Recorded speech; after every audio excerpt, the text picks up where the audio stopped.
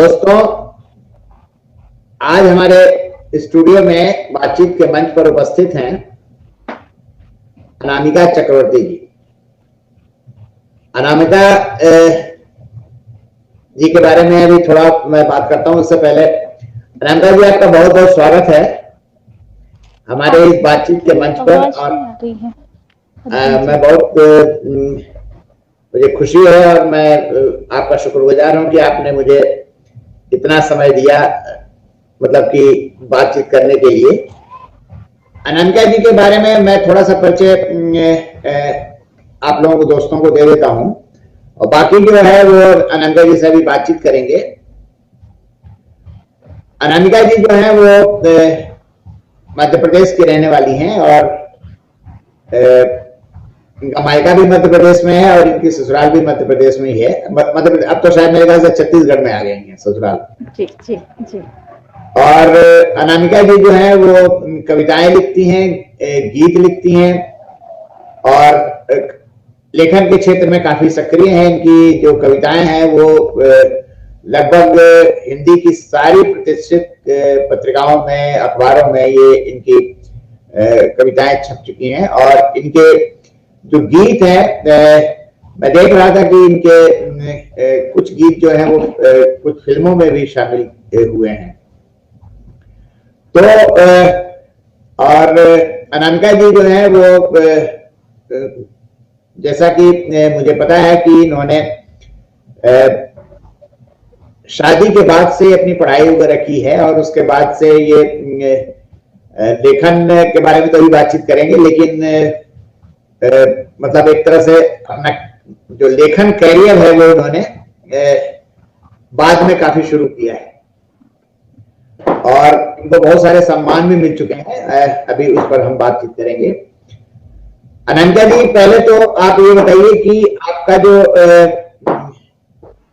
लिखने की प्रवृत्ति जो है, मतलब लिखने की जो हॉबी है आपकी, ये कब से शुरू हुई और कब से आपको लगा कि आपको रेगुलर लिखना चाहिए?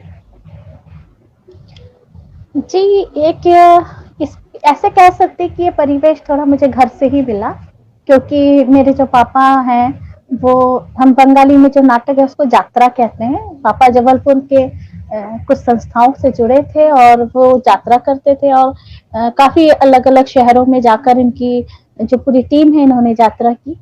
तो पापा, जब हम भोपाल आए तो पापा मुझे अक्सर नाटक दिखाने रविंद्र भवन ले जाया करते थे।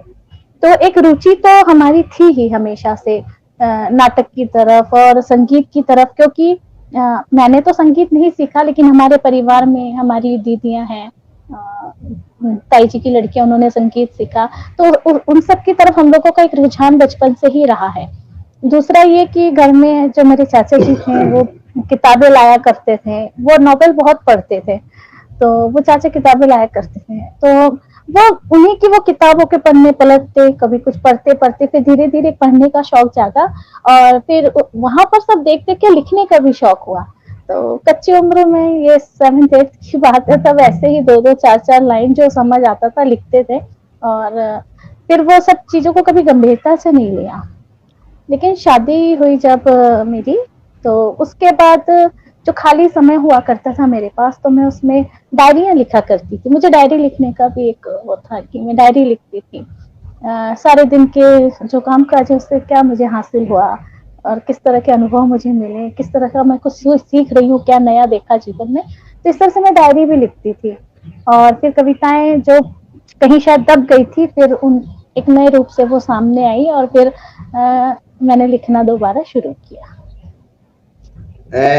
आप कविताएं भी लिखती हैं, गीत भी लिखती हैं, आप कहानियां भी लिखती हैं?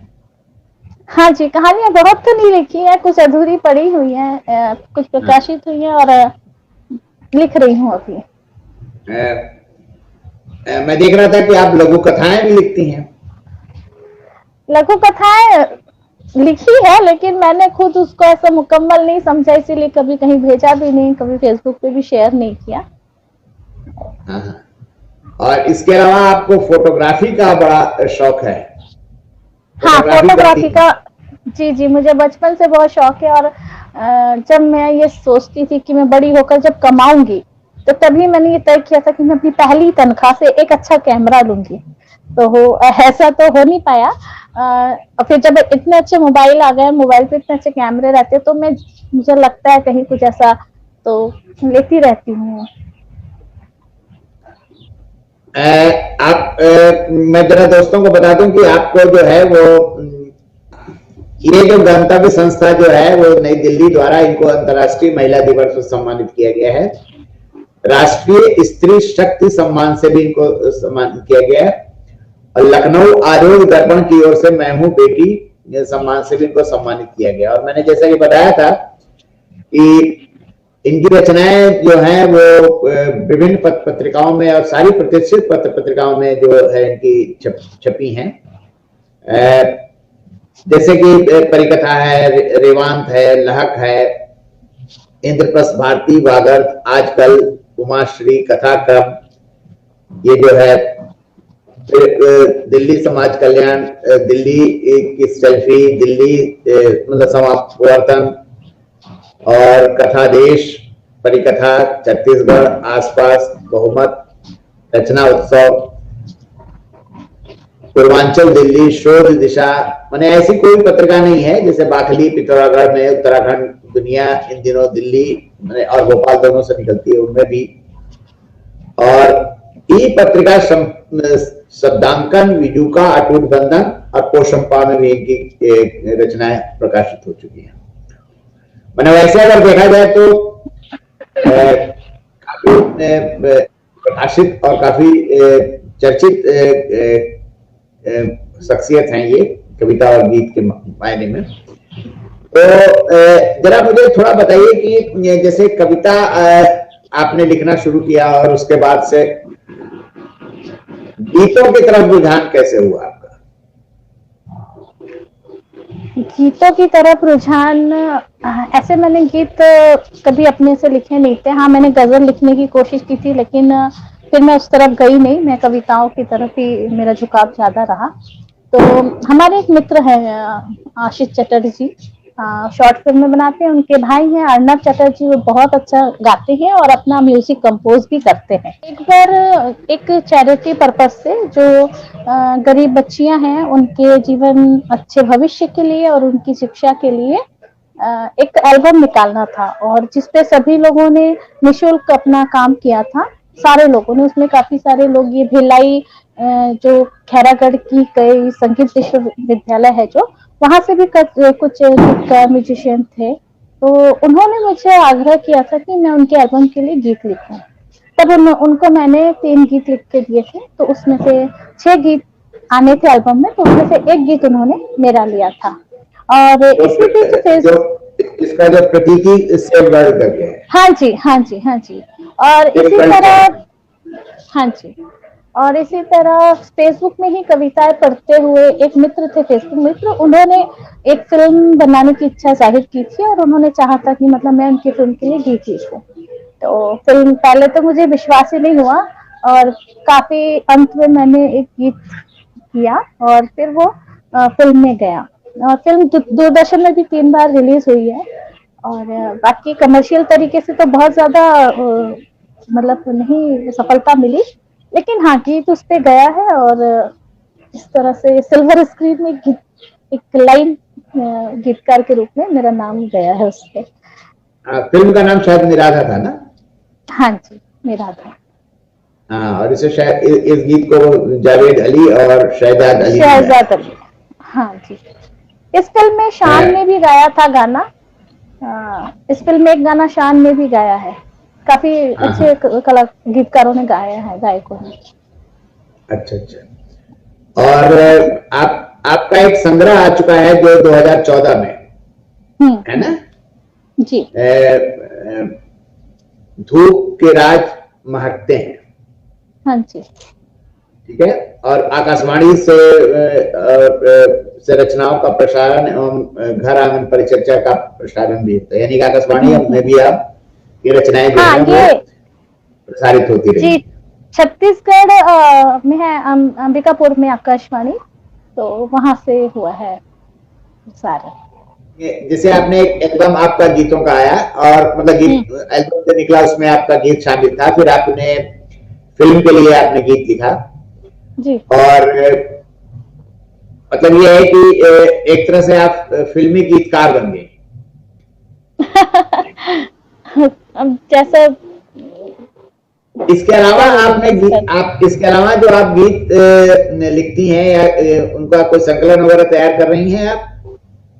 नहीं, गीत मैंने लिखा है लेकिन उस पर मैं कोई संकलन अभी नहीं सोचा है मैंने, और अभी से मैं कविताओं पे और कुछ कहानियों पे ही अपना ध्यान लगा के रखी हूँ। गीतों के साथ कभी आपने कवि सम्मेलनों वगैरह में या काव्य पाठ वगैरह किया है इस तरह से?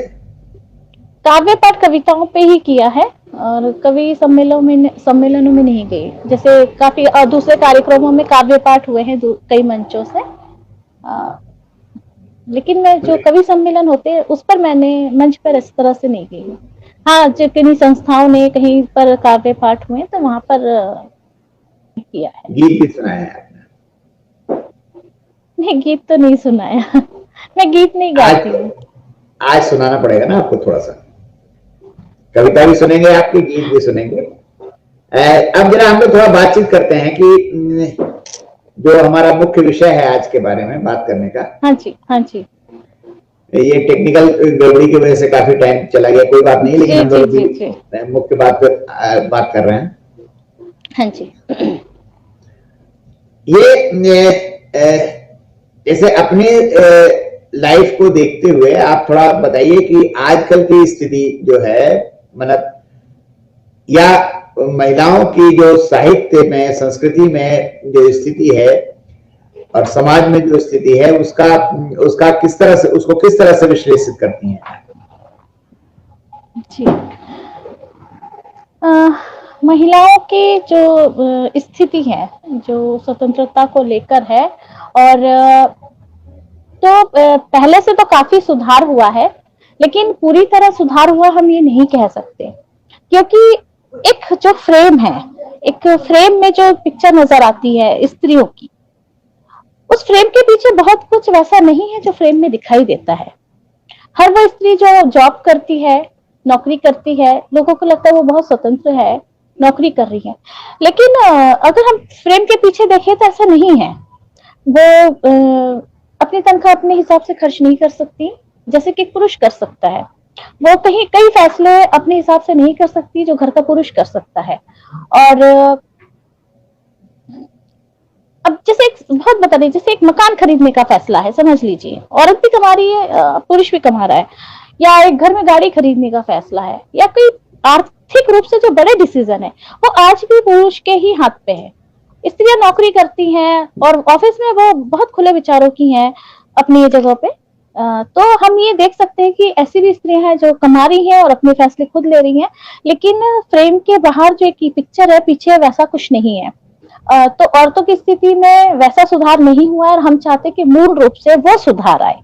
मूल रूप से जो घर के पुरुष हैं वो ये समझे कि अगर स्त्री कमा रही है तो बड़े फैसले लेने का अधिकार उन्हें भी है। यहाँ तक कि अगर वो कहीं जाना चाहती हैं तो उसके लिए भी उसे परमिशन, मतलब वो हमेशा परमिशन पर डिपेंड करती हैं। हाँ, ये मैं नहीं कहूंगी कि परमिशन नहीं मिलते, कई घरों में मिलते भी हैं। तो औरतों की स्थिति में जिस तरह से जैसे प्रचलित है कि काफी सुधार हुआ है और कर रही हैं, तो कहीं पर स्त्रियों की जिद की वजह से कर रही हैं, कहीं पर उन्होंने विद्रोह किया है और इस तरह उन्होंने अपनी आजादी और अपने हक के लिए लड़ाइयां लड़ी है। तो कई बार उन्हें अपने हक के लिए लड़ाई लड़ते हुए परिवारों से बिछड़ी भी है वो।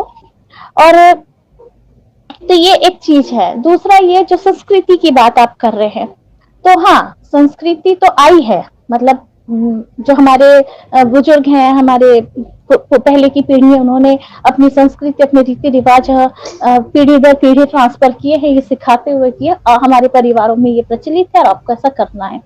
तो पहले लोग सिर्फ सुन के करते थे कि हाँ ये हमारे यहाँ मान्यता है और हमको ऐसा करना है। लेकिन थोड़ी स्थिति स्त्रियों की ऐसी भी सुधरी है कि कई जगहों पे जो परिस्थितियां हैं, जब औरतें ज्यादा काम करने लगी, यहाँ तक कि सरकारी नौकरी से लेके बड़े बड़े मल्टीनेशनल कंपनी से लेके सरकारी दफ्तरों में बड़े बड़े अफसर के पदों पे बैठते हुए, या आप जज देख लीजिए, वकील देख लीजिए, डॉक्टर्स देख लीजिए, तो सभी तरफ से होते हुए भी जो लड़कियां कम पढ़ी लिखी हैं, वो लोग देखिए हॉस्पिटलों में काम कर रही हैं, दुकानों पे सेल्स गर्ल का काम कर रही है, लेकिन हाँ बैठी नहीं है, काम किसी ना किसी तरीके से लड़कियां कर रही हैं। तो ये जो एक चीज है रीति रिवाजों वाली जो बात आती है, तो कि काम करते हुए उन्होंने सीखा, और तो थोड़ी सी कमी आई है यहाँ पे। मतलब उन्होंने उनके काम के साथ वो चीजें जब डिस्टर्ब की, तो उन्होंने उस चीज को बदला, वो समझी कि ये हम जो काम कर रहे हैं, हम जो जॉब कर रहे हैं, हम जहाँ जा रहे हैं, इसके साथ हमेशा जो संस्कृति को उसी तरह से आगे लेके जाना हमेशा हमारे बस में नहीं है। तो चीजों में बदलाव आया है, उन्होंने उसके पीछे उनके अर्थ ढूंढे हैं। क्योंकि पहले एक चीज थी कि हर चीज के साथ एक डर बैठाया जाता था कि आपको ये नियम का पालन करना है, नहीं तो आपका ये अनिष्ट होगा। तो लोगों ने वो उसको ढूंढा, किस तरह से अनिष्ट होगा। कई जगह पे लोगों ने उसका विद्रोह करके भी दिखाया कि अनिष्ट नहीं होता है, तो ये मानने पे है। तो कुछ जैसे इस तरह से बोला जाता है कि स्त्रियों पर ये एक बोझ की तरह डाला जाता है कि आपको उपवास करने हैं, आपको संस्कृति और रीति रिवाजों की नाम पर जो आप करते हैं, ये सब एक तरह से आप पर दबाव है। तो मैं नहीं मानती, क्योंकि कहीं कहीं पर अगर दबाव है तो धीरे धीरे वो भी कम होंगे।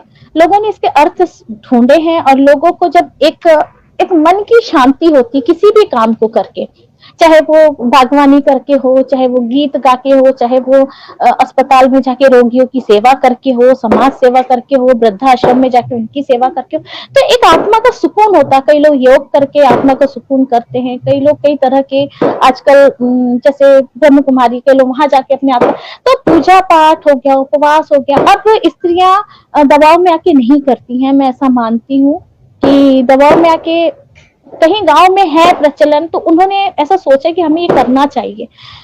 कहीं कहीं पर हो सकता है, लेकिन जिस तरह से बोला जाता है कि स्त्रियां दबी हुई हैं, डरती हैं, इसीलिए करती हैं। मैंने कई स्त्रियों से बात की, जब से ये बातें चल रही है सोशल मीडिया पे, मैंने लगातार औरतों से बात की जो कई सातों दिन मतलब उनके पति परेशान है। ऐसे भी परिवार है जिनके पति बच्चे परेशान है कि भाई हमारी घर की महिला इतना उपवास क्यों करती, इतना पूजा पाठ क्यों करती, हो गया। तो ये अपनी औरतों का अपना सुकून है, उनकी अपनी श्रद्धा है।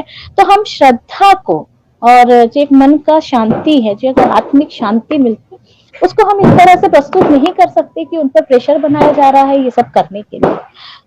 और कहीं पर जो और गांव हैं, कुछ परिवार ऐसे भी हैं जिन पर जैसे नहीं कर पा रहे तो भी करते, लेकिन मैंने तो भी देखा कि धीरे धीरे बदलाव आया है। कई परिवारों में जो उपवास नहीं कर सकते तो उन्हें छूट दे दी गई कि आप मत करो, अगर आप ये उपवास नहीं कर सकते तो आप मत कीजिए।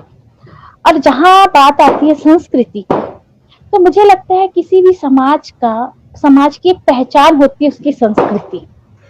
किसी भी देश की संस्कृति भी उसे वहां रिप्रेजेंट करती थी। एक सौंदर्य समाज का, मनुष्य जाति का एक सौंदर्य है संस्कृति।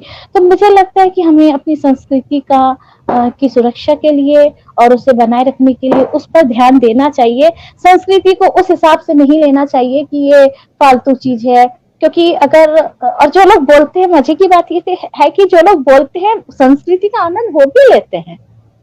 अभी कहीं क्राफ्ट मेला लग जाए तो देखिए सब दौड़े जाते हैं, सब दौड़े जाते हैं। संस्कृति सिर्फ ये कलाकृतियां, क्राफ्ट मेला वगैरह नहीं है। संस्कृति हमारी सोच को भी प्रभावित करती है। हाँ, करती है, बिल्कुल करती है, बिल्कुल करती है। जैसे समाज के बारे में अगर हम बात करें तो पहले ये था कि औरतों जो महिलाएं थी उनको बहुत सारी बेड़ियों में बांध के मतलब बेड़ियों मतलब उनको बहुत सारी बंदिशें थी।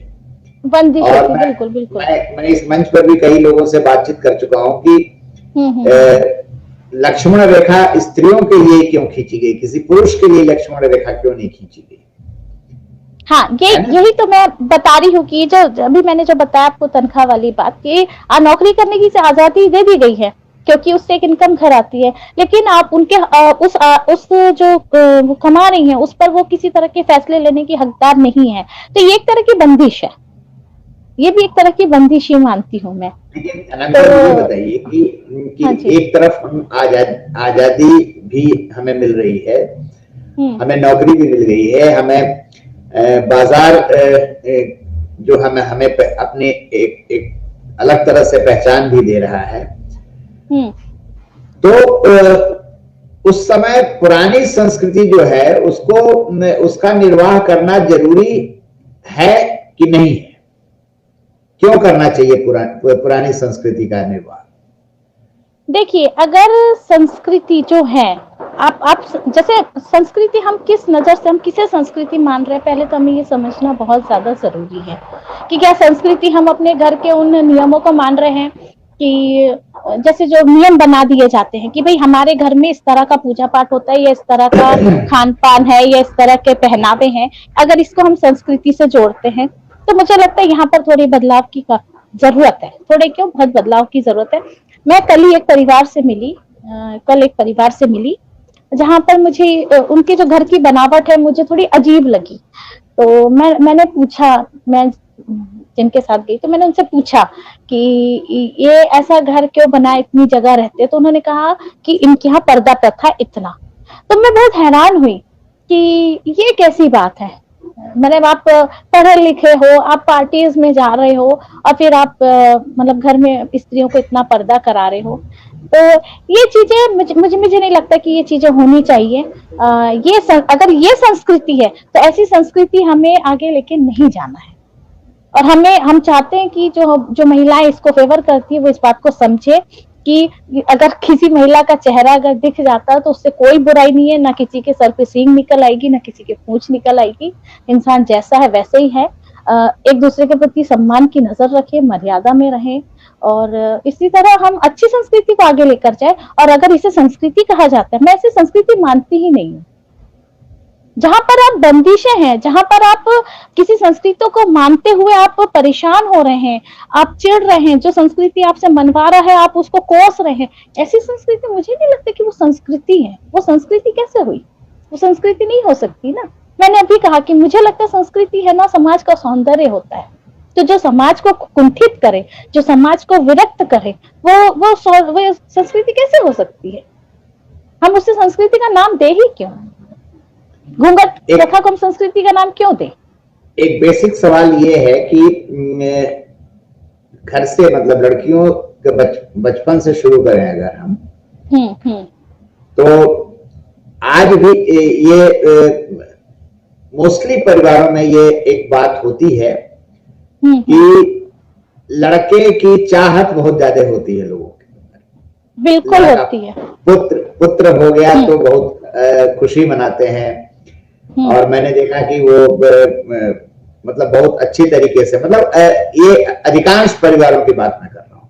हाँ, कई जाहिर करते कई नहीं करते, लेकिन अधिकतर परिवारों में ये है। और मेरा अनुभव ये है कि मैंने बड़े बड़े पढ़े लिखे लोगों के यहाँ भी जब लड़की हुई है तो वो हालांकि वो हमसे तो कह देते हैं कि आज हमारे घर लक्ष्मी आई है, लेकिन उनके चेहरे पर, उनकी आवाज में, उनके पूरे पोस्चर में वो खुशी नजर नहीं आती जो बेटा पर होती। मैं यहाँ पर एक बात और भी कहना चाहती हूँ कि लक्ष्मी आई है। हम सब जानते हैं कि लक्ष्मी किसका प्रतिरूप माना जाता है। लक्ष्मी धन की देवी को माना जाता है। तो पुत्री के आने को हम लक्ष्मी आना क्यों कहते हैं? पहले तो मुझे ये समझ नहीं आती कि आपने अब बेटी को बेटी कहिए ना। अब बेटा को क्या विष्णु बोलते हैं, क्या शिव बोलते हैं, क्या आप क्या बोलते हैं? फिर धन की देवी को क्यों आप अब माँ सरस्वती का नाम क्यों नहीं लेते? अब माँ दुर्गा का नाम क्यों नहीं लेते? अब माँ काली का नाम क्यों नहीं लेते? तमाम है, माँ मरियम का नाम क्यों नहीं लेते? अब लक्ष्मी आई क्यों कहते हैं? पहले तो मेरे को ये कॉन्सेप्ट ही समझ नहीं आता। अब मुझे लगता है ये बोलना बंद कर देना चाहिए। हमारी जो हिंदू धर्म के कई मंत्रों में जैसे आरतियां हैं उसमें संतान पर पुत्र देने की मांग की जाती है। मुझे लगता है कि इस आरती पे यहाँ चेंज किया जाए और संतान की मांग की जाए, पुत्र की नहीं। पुत्र हो या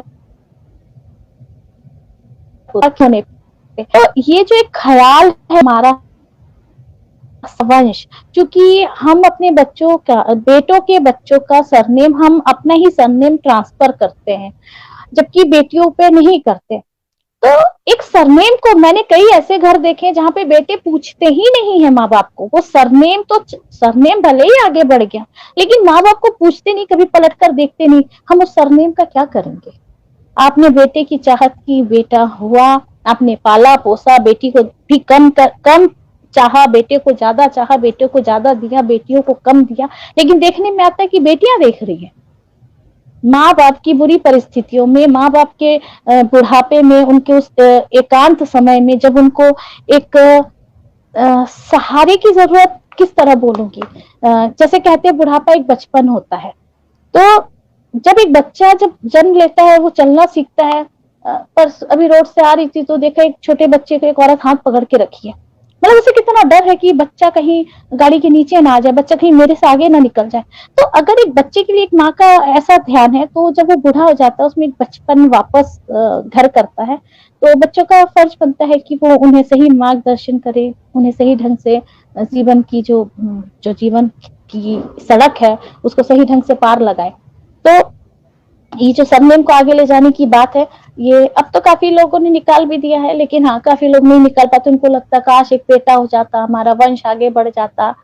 तो मुझे नहीं लगता कि आखिर बेटियां भी तब जब अपने आज हम बेटियों से जब पिता का नाम पूछा जाता है कि भाई आपके पिता का नाम क्या है, तो हम पिता का नाम ही बताते हैं, हम अपने ससुर का नाम नहीं बताते हैं। तो आखिर जब हम अपना परिचय बुढ़ापे तक, अंतिम सांस तक अपने पिता का परिचय पिता के ही नाम से दे रहे हैं, तो फिर दिक्कत क्या है, फिर हम में और बेटों में क्या फर्क हुआ। तो ये जो बात है, ये जो विचार है, ये जो सोच है कि बेटा होने से वंश आगे बढ़ेगा, ये वंश जो आगे बढ़ेगा, ये चीज दिमाग से लोगों को निकालनी पड़ेगी, क्योंकि आपका जो अंश है, आपका जो रक्त का एक एक कण है, वो बेटी में भी उतना ही है, बेटों में भी उतना ही है। तो बेटों के बच्चे भी आपके उतने ही वंशज है, मतलब बेटियों के बच्चे भी आपके उतने ही वंशज है जितने आपके बेटों के बच्चे वंशज हैं आपके। ये बात समझने की जरूरत है। ये जो दिमाग में भर के रखा है हमारे पूर्वजों ने कि बेटा वंश आगे बढ़ाएगा, बेटा होने से हमारे परिवार की पहचान होगी, मैं दुनिया की हर बेटी से पूछना चाहती हूँ, मैं हर माँ बाप से पूछना चाहती हूँ, क्या शादी होने के बाद वो अपनी बेटी का परिचय बदल देते हैं? क्या वो ये बताने लगते हैं कि अब ये हमारी बेटी नहीं रही, वो फलाने घर की बहू बन गई? जब उनके बच्चे पूछे जाते कितने बच्चे, तो 2 बेटी 4 बेटे या 3 बेटी 2 बेटे, ऐसे ही ना परिचय दिया जाता है। तो आखिर वो वंशज ही तो हुए आपके, आपका रक्त का कण है। 9 महीने आपने बेटे को भी रखा है, 9 महीने अपने बेटी को भी रखा।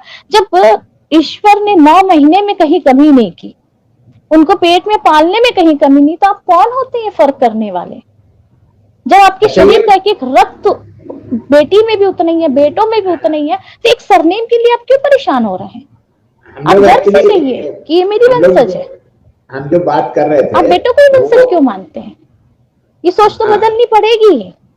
हम लोग एक बात कर रहे थे, हम एक बात कर रहे थे कि बहू आएगी, मतलब अगर आपके घर मतलब तो क्या है, मतलब क्या मतलब है? दूसरे घर की लड़की जब आपके घर की बेटी हो सकती है, आपके घर का वंशज पैदा कर सकती है, तो आपकी बेटी, आपके पैदा किए हुए बच्चा आपका वंशज कैसे नहीं हुआ? मेरा ये सवाल है, मैं ये पूछना चाहती हूँ समाज से कि दूसरे घर की लड़की, दूसरे खानदान का, दूसरे के घर में जन्मी, दूसरे के रक्त से जन्मी बेटी आपके घर में आके संतान को जन्म देती है, आप उसे अपना वंशज कहते हैं। लेकिन आपके रक्त का कण जब एक स्त्री के अंदर है, एक औरत के अंदर, एक बेटी के अंदर है, उसका बच्चा आपका वंशज क्यों नहीं होता है? तो ये तो सोच ही पूरी गलत है ना, इस सोच को बदलना पड़ेगा। अब तो कानून देखिए, कानून ने हमको क्यों समान अधिकार दिए? क्योंकि कानून मानता है कि आप भी उतने अधिकारी हो, कि आप भी उसकी उतनी ही संतान हो। जब कानून भी मानने लगा है, तो हम जो समाज के लोग हैं, हमें तो और मानना चाहिए। मुझे लगता है कहाँ से कमी है, मतलब कहाँ क्या कि ऐसा हो गया कि बेटी कम महीने में पैदा हो गई, बेटा ज्यादा महीने में पैदा हुआ, बेटे को पेट में हमने ज्यादा। मैं ये कह रहा था कि ऐसे संस्कृति है वो कभी मतलब सनातन नहीं रहती। मतलब कहने का मतलब ये है कि संस्कृति बदलती रहती है।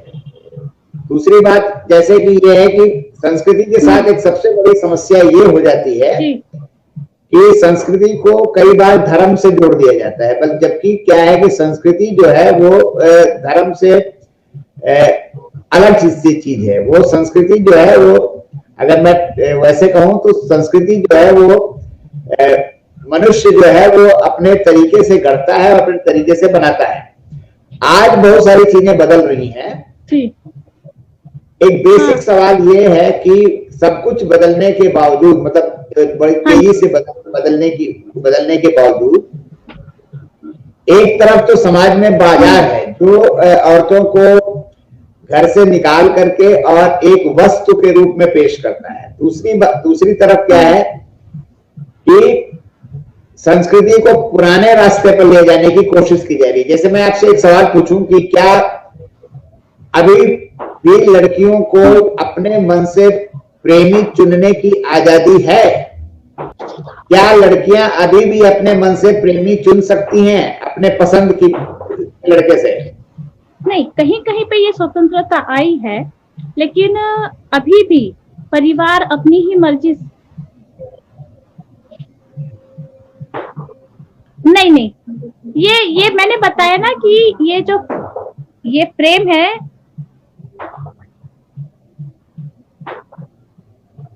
ये प्रेम सामने से है कि कई लोगों ने अपने घरों में ऐसी आजादी दी है, लेकिन अंदर के प्रेम में नहीं है आजादी। मुझे लगता आज भी नहीं है। लगता क्या, ये तय है कि आज भी नहीं है।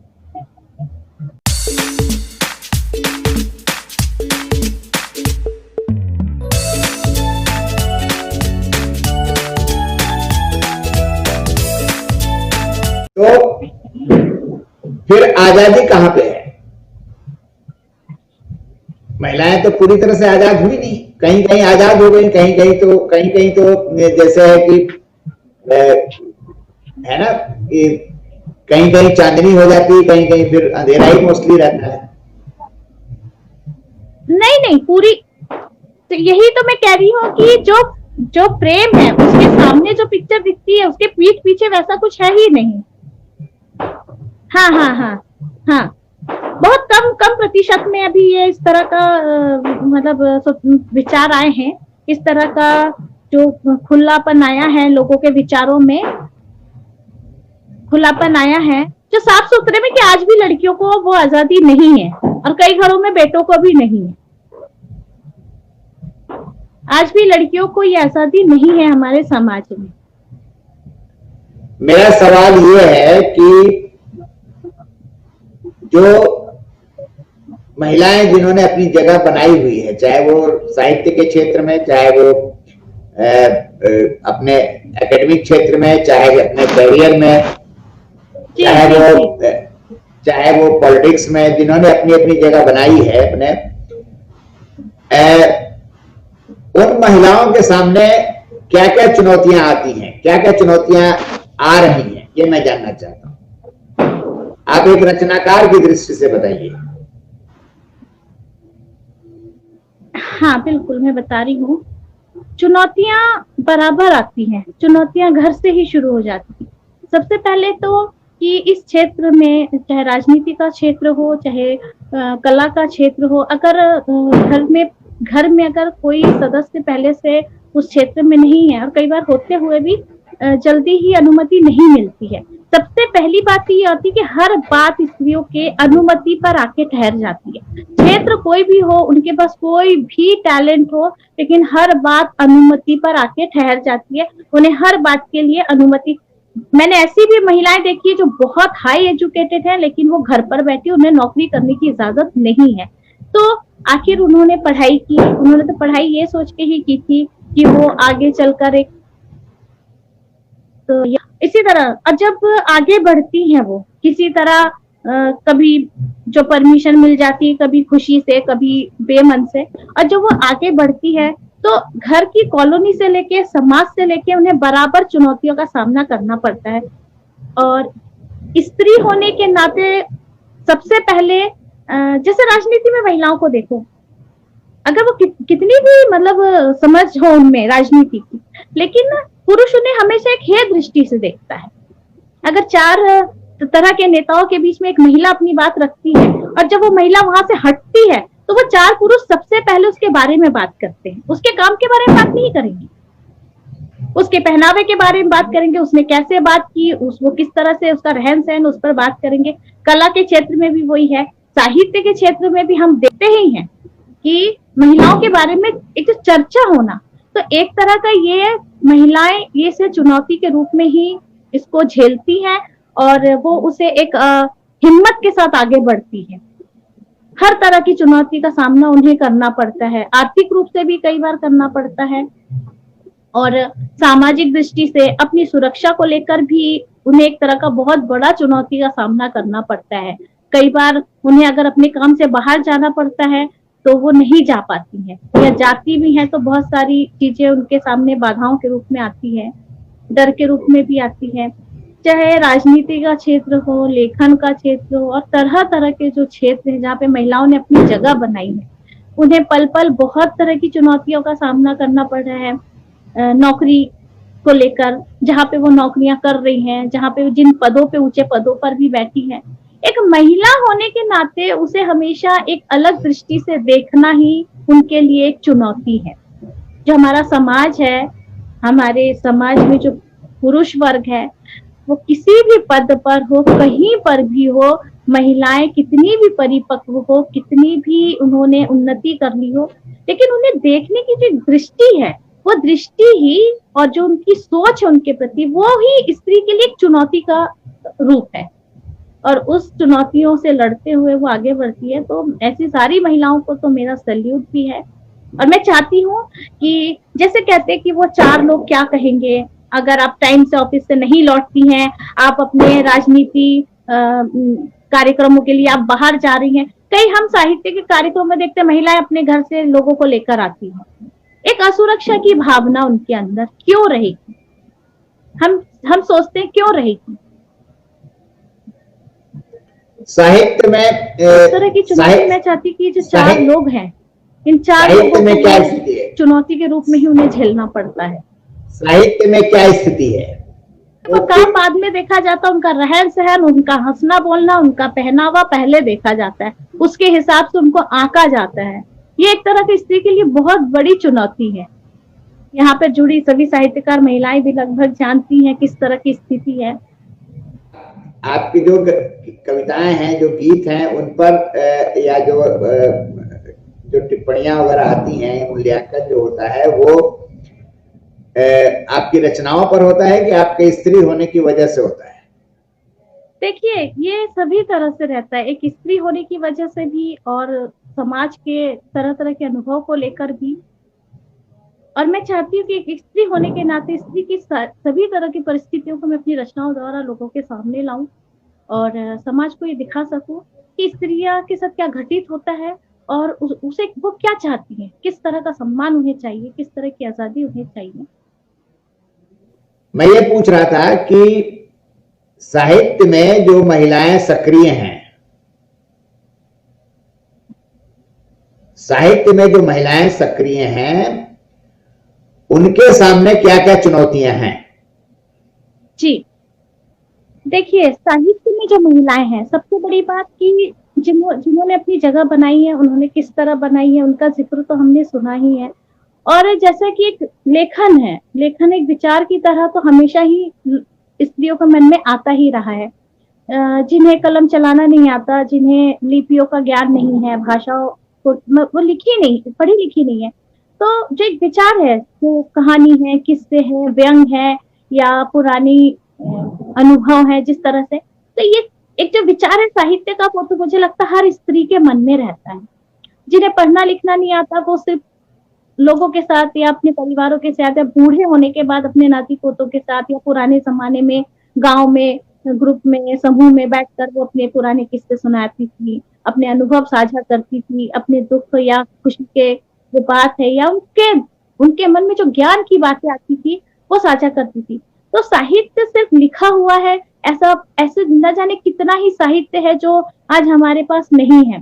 तो जो लेखन है, वो लेखन तो एक तरह से हमारा दस्तावेज हुआ, जो हमारी सोच है, हमारा विचार है, हमारी मस्तिष्क में उभरती कहानियां हैं, कहानियां क्या है, जो समाज है उसी से उठी हुई चीजें हैं, अच्छी चीजों के अनुभव, बुरी चीजों की, इस सारी चीजों का सब तरह का लेख। तो फिर जब लिखने की बारी आती है तो हर महिला नहीं लिख पाती है। एक तो उसके पास लिखने की वो भाषा नहीं होती है, वहां पर वो थोड़ा सा कम स्तर हो जाती है। दूसरा, जो महिलाएं लिखना चाहती भी हैं, ऐसी भी कई महिलाएं हैं कि लिखना जानती है, चाहती है, लेकिन वो आगे नहीं बढ़ पाती। वो अपने घर के कई बार तो वो कागज पर भी उनके लिए लिखना मुश्किल होता है, क्योंकि जो परिवार है वो लिखे को लिखा मानता ही नहीं है, वो साहित्य समझता ही नहीं है, उसके लिए बकवास चीज होती है, तो वो नहीं लिख पाती। और जो महिलाएं लिख रही हैं वो भी बहुत धीरे से उन्होंने अपनी जगह बनाई है। बहुत आसान नहीं था महिलाओं का साहित्य में आना। मैं ऐसी एक महिला को जानती हूँ जिनके यहाँ लेखन, मतलब मुझे आश्चर्य हुआ ये जानकर, उनके यहाँ लेखन बिल्कुल वही काम है जैसे कि शायद नाच गाना हुआ करता था एक जमाने में, जो मतलब जो एक शब्द होता था कि भले घर की लड़कियों को नाचना नहीं चाहती, तो उनके वो लेखन को उस नजर से देखते हैं। मैं सुनकर हैरान हुई हूँ, जबकि वो बहुत अच्छा लिखती हैं। तो इस तरह ये तो हमने एक एक का जाना, ऐसे पता नहीं और कितने परिवार होंगे जो लेखन को किस नजर से देखते होंगे। कुछ ऐसे भी लोग हैं जो लेखन को उस नजर से देखते हैं कि आप सिर्फ है ना अपनी मनमानी या कुछ भी करने के लिए बहाना, एक रास्ता तलाशते हो। मतलब स्त्रियां कुछ भी करें तो उसके पीछे उनका उस कार्य को तवज्जो दी ही नहीं जाती, उसके पीछे कुछ और मान लिया जाता है। आप घर गृहस्थी नहीं करना चाहती, इसलिए आपका मन नहीं लगता, आप इसीलिए ये करती हैं। आपका मतलब आपको कुछ कामों से जी चुराना होता है, तब आप ये करना चाहती हैं। आपको आवारगी पसंद है, इसलिए आप ये करना चाहती हैं। तो ये बहुत मुश्किल होता है स्त्रियों के लिए लेखन में आगे आना। जैसे लिख रही है, लिखती है तो फिर कैसे लिखेगी? लिख तो लिया उन्होंने कॉपी में, चलिए मान लिया कॉपी में लिख, लेकिन वो कॉपी में लिख कर वो कहाँ पहुंचे? क्या वो कॉपी में लिखने के बाद घर में ही रहे? अगर वो घर में रहता है तो फिर उनके जो विचार है, हो सकता है कि उसके ऐसे विचार हो जिससे समाज को एक सीख मिले, समाज को एक नया वो प्रदर्शक के रूप में काम करे उनका लिखा, तो हम तक पहुंचेगा ही नहीं तो कैसे चलेगा? तो उसकी वो एक इतनी चुनौती होती है स्त्री के लिए, जब वो किसी तरह ये तो फेसबुक की एक मंच हमें मिला है, पत्रिकाओं के पते, वो घरेलू एक घरेलू ऐसे मिल सकते हैं, तो उन्हें बहुत का सामना करना पड़ता है। उसके बाद वो जो समाज का सच लिखती है, वो एक सबसे बड़ी समस्या है कि परिवार नहीं चाहता कि आप सच लिखें, क्योंकि हमारे समाज में कहावत है कि सच अप्रिय हो तो उसे मत कहो, उसे मत। लेकिन अगर सच तो कड़वा होता ही है, सच तो कड़वा होता ही, आपको उसको झेलना ही पड़ेगा। जब तक आप उस कड़वाहट को नहीं झेलेंगे तो आप मिठास को उम्मीद ही नहीं करते। तो इसलिए को लेकर मैं चाहती हूँ कि हर वो स्त्री जो कुछ लिखना चाहती है वो डरे नहीं, वो लिखे और लिखकर आगे बढ़े। और दूसरी बात ये एक बहुत बड़ी बात है कि साहित्य में मतलब जो लेखन है, साहित्य में बहुत हनन है। लोगों ने एक पोर्ट्रेट के रूप में अब देखना चाहते हैं, मतलब वो ये तो चाहते हैं कि एक लेखक के तौर पर वो पहचाना जाए, एक लेखक के तौर पर जिसका चेहरा है वो आम जन पहचाने। लेकिन वो लेखन कहाँ है? तो लेखन की गरिमा को आप कहाँ बचाएं? लेखन की गरिमा बचाने की हमारे साहित्य समाज को बहुत ज्यादा जरूरत है। हम सिर्फ लिख कर अपने आप के फ्रेम में कैद कर दिए, लेखक का कैद करके, तो ये फिर ये साहित्य की सेवा नहीं, ये साहित्य की सेवा नहीं, ये आपका लेखन नहीं है। क्योंकि आप अपना चेहरा एक लेखक के रूप में स्थापित करना चाहते हैं, इसलिए आप कुछ भी लिख दो। ऐसा नहीं है, ऐसा नहीं है। आपको साहित्य को सही मायने में समझना होगा, क्योंकि कहा जाता है ना कि साहित्य समाज का दर्पण है। तो जब आप समाज के दर्पण पर ही काली सोचेंगे तो आप ये मत सोचिए कि वो काली आपके चेहरे से नहीं दिखाई, क्योंकि वो आपको वही चेहरा दिखाएगी। अगर आपने अपने चेहरे पे कालिश नहीं लगाई, अगर आपने दर्पण पे कालिश लगाई है, तो वो कभी भी आपको अपने चेहरे में नहीं वो दाग नहीं करता। तो उस दर्पण को परिष्कृत करने की बात को समझना पड़ेगा। लिखना ही साहित्य नहीं, साहित्य का तो ये एक तरह से इसकी गरिमा कम हो रही। एक समय साहित्य को पूजा जाता है। आज साहित्य जो पहले विधाओं में, अब विमर्शों में बढ़ गए। हमें दुख होता है कि साहित्य विमर्शों में बढ़ गया है, लोग बढ़ गए हैं और आपसी टकराव करते हुए साहित्य का तो कहीं मान सम्मान ही नहीं है। तो इस सबसे ऊपर कैसे रखें, क्योंकि आपको उसको विमर्शों में बांट दिया आपने। स्त्री विमर्श, विमर्श, दलित विमर्श, तो मतलब हर तरह का विमर्श कहीं पर भी देखिए, सिर्फ विमर्श विमर्श। विधवा पे तो बात ही नहीं है। आप अपनी बात रखते हैं तो पहले विधवाओं की बात की। आज कितने लोग इसमें विधवा का ज्ञान तक नहीं। आप लेखन का कार्य कर रहे हैं, समाज साहित्य की सेवा कर रहे हैं, तो इसकी गरिमा बनाए रखना हम सभी लेखक की बहुत बड़ा दायित्व है। हमें सिर्फ एक पोर्ट्रेट, एक सीनरी बनकर दीवार में टंगना नहीं है। जब मेरी एक कविता छपी थी और नीचे लिखा था लेखक अनामिका चक्रवर्ती, तो मैं इतनी खुश हुई थी, इतनी खुशी थी, पता नहीं मुझे क्या मिला, लेकिन फिर मुझे धीरे धीरे समझ में आया कि मैं लेखक क्या हूँ। अगर मैं समाज को कुछ दे नहीं पाई, मैं आने वाली पीढ़ी को कुछ दे नहीं पाई, मैं समाज को एक सही उनका मार्गदर्शन नहीं दे पाई, एक पथ प्रदर्शक के रूप में मेरे लेखन का काम नहीं है, तो फिर मैं कहीं की साहित्य की सेवा करती हूँ। साहित्य की सेवा नहीं हो सकती कि आपका लेखक के रूप में सिर्फ आपका चेहरा पहचान। यहाँ पे लोग अपना चेहरा पहचानना ना चाहते हैं दुनिया में कि मैं लेखक, लेकिन उनका लिखा हुआ, उनके लिखे हुए तो हम क्यों नहीं पहचानते?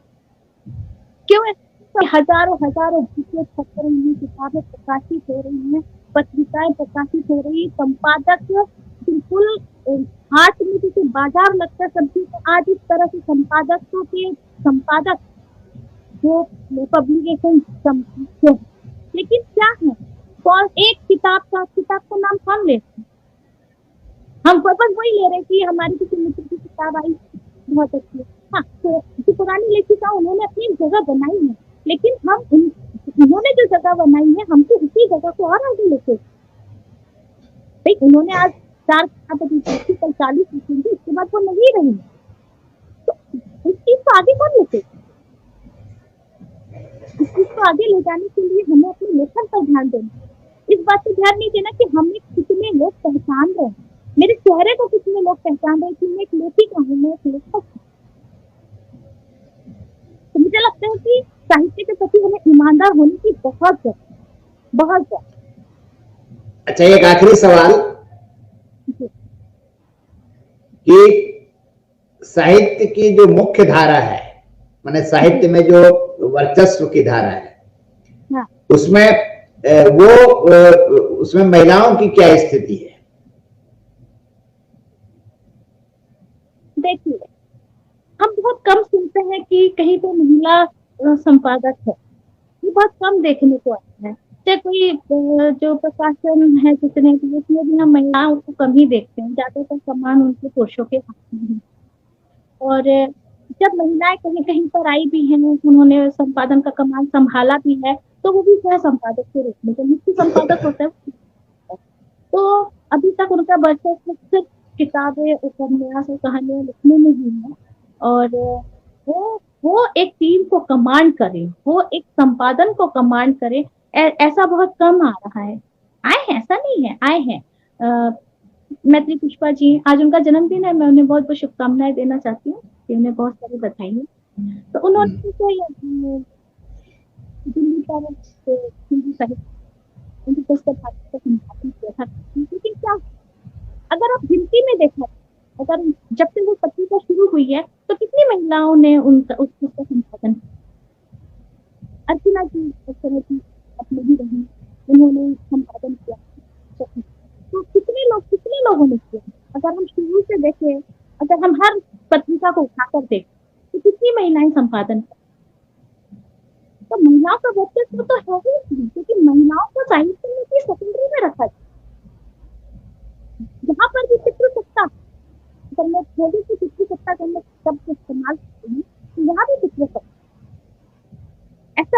ऐसा कहाँ देखने को मिल रहा है कि जो मुख्य संपादक है वो महिला है, कोई अकादमी हो, चाहे कुछ भी हो, हर जगह पे पुरुषों में ही क्या हमारी हमारे पास ऐसी लेखिकाएं नहीं है जिनको ये दायित्व दिया जाए, क्यों नहीं दिया? हम पुरुष लेखक ही क्यों उस दायित्व को संभालने के लिए उन्हीं का नाम क्यों आ गया? तो ये समझने की जरूरत है कि जो वर्चस्व है वो महिलाओं और लेखिकाओं को नहीं है, उनका यहाँ पर ये दूसरी ही पायदान पर पहले पर खड़े हुई है। तो मुझे लगता है कि जब तक महिलाओं को भी आगे आना चाहिए और जो संपादन का क्षेत्र है उस पर विचार करना है, ताकि अब देखते महिला के हाथ में देखिए तो जो वर्चस्व है वो तो अभी तक लेखिकाओं की रहती है। यानी आपके मतलब ये आप बिल्कुल सही कह रही हैं कि साहित्य में भी पितृसत्तात्मक वर्चस्व है। अच्छा, अब आप अपने दो एक गीत सुनाइए या फिर कविताएं कुछ सुनाइए, क्योंकि आपका काफी समय हमने ले लिया है। तो पहले तो दो गीत सुनाइए आप, बात तरन्नुम सुनाएंगे तो और अच्छा रहेगा। रात से अंधेरी होती है, सोने भर से कहाँ नींद आती, बिस्तर पर एक बोझ सा पड़ा रहता है, कम आंदा का शरीर, छत पर टकटकी लगा, मगर छत के पार होते हुए आकाश के अनंत में कहीं खुद को ढूंढती रहती है। चादर और तकिए की चेष्टा उस ऊष्मा को जन्म देने की जिसके गोद में नींद एक रात भर बसर कर ले, मगर खुद के कहीं छूट जाने की बेचैनी, मगर कहीं खुद के छूट जाने की बेचैनी रक्त को भी ठंडा करती और फिर जमे हुए रक्त को जीने की ताकत को खींच कर और फिर जमे हुए रक्त से जीने की ताकत को खींच कर फिर एक जगह खुद को धोने के लिए मल कर आंखों को मसल लेती है अपने सपने को, और सर उठाती इच्छाओं को कर्तव्य में बांध कर और सर उठाती इच्छाओं को बांध कर कर्तव्य के आंचल में खुद को सौंप देती है फिर एक बार समाज और रिवाज की तरह। ये एक कविता है। मैं एक जो अभी बात कर रही थी किस तरह की नौकरी के लिए स्वतंत्र हुई है और उसके बाद भी उसे अपनी ही कमाई पर इतना हक नहीं है, इसकी कविता है जमाना बदल गया। जमाना बदल गया है, तकनीकी तौर पर गांवों का भी शहरीकरण हो चुका है। कच्ची पर सीमेंट की वस्तु दिखाती है और सड़क में टांग से उस तक और उस सड़क को उद्घाटन करने वाले किसी मंत्री के नाम, क्योंकि जमाना बदल गया और किसी का पैसे भी कुछ डिग्रियों की तख्तियां उनके ड्राइंग रूम की शान, कुछ डिग्रियां उनके ड्राइंग रूम की शान है, साक्षरता के वर्ग होती। तकनीकी तौर पर ये आज की आधुनिक और कामकाजी कहलाती है, मगर इनका अपनी ही जेबों पर खुद का हक नहीं है। इनको महीने भर की कमाई का पूरा पूरा हिसाब देना पड़ता है अपने ही आजाद ख्यालात तरीके। घर के बजट में ही होता है शामिल इनके खर्चे का बजट, जबकि उनके कंधे भी होते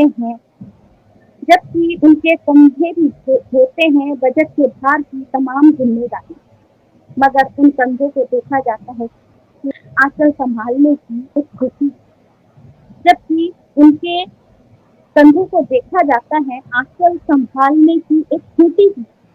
ये औरतें भी गांव की उन कच्ची सड़कों जैसी होती है, ये औरतें भी गांव की उन कच्ची सड़कों जैसी होती है जिन पर बिछा दी जाती है सीमेंट की राख, जिनका उद्घाटन उनके पति नुमा मंत्री ने किया था और परिवार के शिलालेख पर लिखा होता है आधुनिक तकनीक से आधुनिक तकनीक।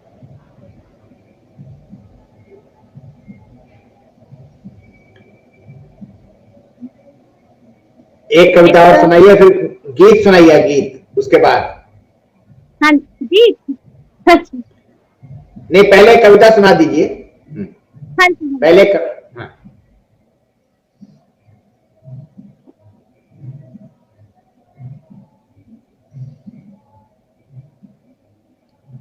औरतें तुम जाकर मर क्यों नहीं जाती? बार बार तुम कभी चारे की तरह, कभी दूध की तरह कहीं भी उग क्यों नहीं जाती? औरतें तुम भी बड़ा बवाल करती। वाह अजीब सवाल ही का जंजाल हो। तुम किसी भी आग में जलकर तुम किसी भी आग में जलकर कभी लोहा तो कभी सोना कैसे हो जाता? औरतें तुम आखिर किसकी कर्जदार हो? कैसी राजदार, कब हकदार, क्यों खबरदार? तुम हर बार विजेता हो, तुम जीत कर भी फिर हार क्यों जाते? औरतें तुम तो स्त्री भी हो और पुरुष का अंश भी हो। एक ही कोख से दोनों को जन्म देने वाली स्वयं की फसल चेतना हो। फिर भी तुम दोयम दर्जे की लकीर हो, पर्दे के पीछे खड़ी जिंदा हसरत हो। तुम तो सबकी गढ़ी हुई एक तस्वीर हो। फिर क्यों हालातों को अपनी तुम तस्वीर मान ले? औरतें तुम भी ना बस कमाल करती हो, सबके लिए हर पल जीती हो और खुद के लिए रोज रोज मर जाती हो। वाह, बहुत अच्छी कविता है, बहुत अच्छी कविता है। मैं गीत सुना देती हूँ जी। हाँ हाँ ये एक गीत क्योंकि चैरिटी पर्पज से लिखा था उन दिनों, तो इसका शीर्षक ही है किताबों को गले से लगाऊंगी। किताबों को गले से लगाऊंगी, किताबों को गले से लगाऊंगी, आखिर को संगीत बनाऊंगी। कोई रोको ना मुझे, कोई टोको ना मुझे, मुझे भी पढ़ने दो, मुझे भी पढ़ने दो। चांद की खूंटी में, चांद की खूंटी में बस्ता टंगाऊंगी, अपनी चोटी से पतंग उड़ाऊंगी। कोई रोको ना मुझे, कोई टोको ना मुझे, मुझे भी पढ़ने दो, मुझे भी पढ़ने दो। माँ देख चुप जैसी मैं भी बन जाऊंगी, कलेक्टर फिर भी कहलाऊंगी। कोई रोको ना मुझे, कोई टोको ना मुझे, मुझे भी पढ़ने दो, मुझे भी पढ़ने दो। वाह। और जो गीत कंपोज हुआ था उसे भी मैं सुना देती हूँ। लेकिन मैं साथ में एक बात और कहना चाहती हूँ। उस गीत पे मैंने एक लाइन लिखी है जिस पर मैंने कन्या के दान की बात लिखी है, लेकिन समझ तो आती है धीरे धीरे। समझ आई बात कि कन्या का दान नहीं होना चाहिए, तो ये लाइन अब रह गई है इसमें, लेकिन मैं इससे बदलाव करूंगी। लेकिन अभी मैं ऐसे ही सुना रही हूँ। जो गाना जो एल्बम में गया था ये वही है। जब बेटी पैदा हुई है घर में तो एक पिता की खुशी का है ये गीत।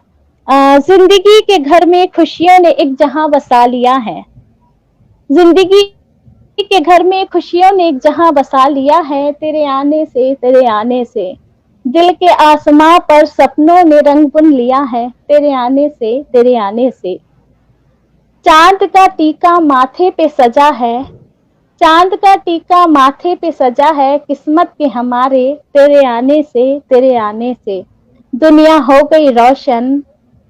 वो लाइन आ रही है, दुनिया हो गई रोशन, कन्यादान का सौभाग्य मिला है। तेरे आने से तो वाह, चलिए, लेकिन वो सही कहा आपने, वो कन्यादान जरा देख लीजिएगा। हाँ जी, मुझे मतलब ये पढ़ते हुए मुझे अखरा तो, लेकिन मैं इसे बदलूंगी। इसलिए मैं आपका शुक्रिया अदा करना चाहती हूँ कि ये जो वार्ता है थोड़ा अटक अटक के हुई है। आपकी बात में पूरी तरह सुन नहीं पा रही थी, आपके सवाल में ठीक तरह से सुन नहीं पा रही थी, इसीलिए जवाब मैं उस तरह से दे नहीं पाई हूँ शायद। मैं सभी जो मित्र जुड़े हैं उनका भी बहुत बहुत धन्यवाद करती हूँ कि इतने डिस्टर्ब होने के बाद भी उन्होंने मुझे झेला और सुना। मैं उनके कमेंट्स बाद में पढ़ूंगी और फिर अगर कभी मौका मिला तो आपसे बातचीत होगी। नहीं, डेफिनेटली मैं तो पहले बात आपका धन्यवाद देता हूं कि देखिए आप इतना डिस्टर्ब मतलब कनेक्शन की वजह से और बीच बीच में टेक्निकल प्रॉब्लम की वजह से। हाँ, कुछ टेक्निकल प्रॉब्लम थी क्योंकि नेट कनेक्शन बिल्कुल बराबर है, सब कुछ। मेरा ईयरफोन भी मतलब नहीं, वो कुछ इशू कोई हो गया होगा, कोई बात नहीं। हाँ, कुछ हुआ होगा जी। नेक्स्ट टाइम रखेंगे और आपसे फिर बात, क्योंकि आपसे बात करके मेरे मन में बहुत सारी बातें और रह गई हैं जो मुझे करनी है आपसे। अच्छा, तो मैं अगली बार बैठेंगे और आपका बहुत बहुत धन्यवाद फिर से एक बार। जी, आपका भी बहुत बहुत शुक्रिया, आपने इतना समय दिया। धन्यवाद और नमस्कार। नमस्कार।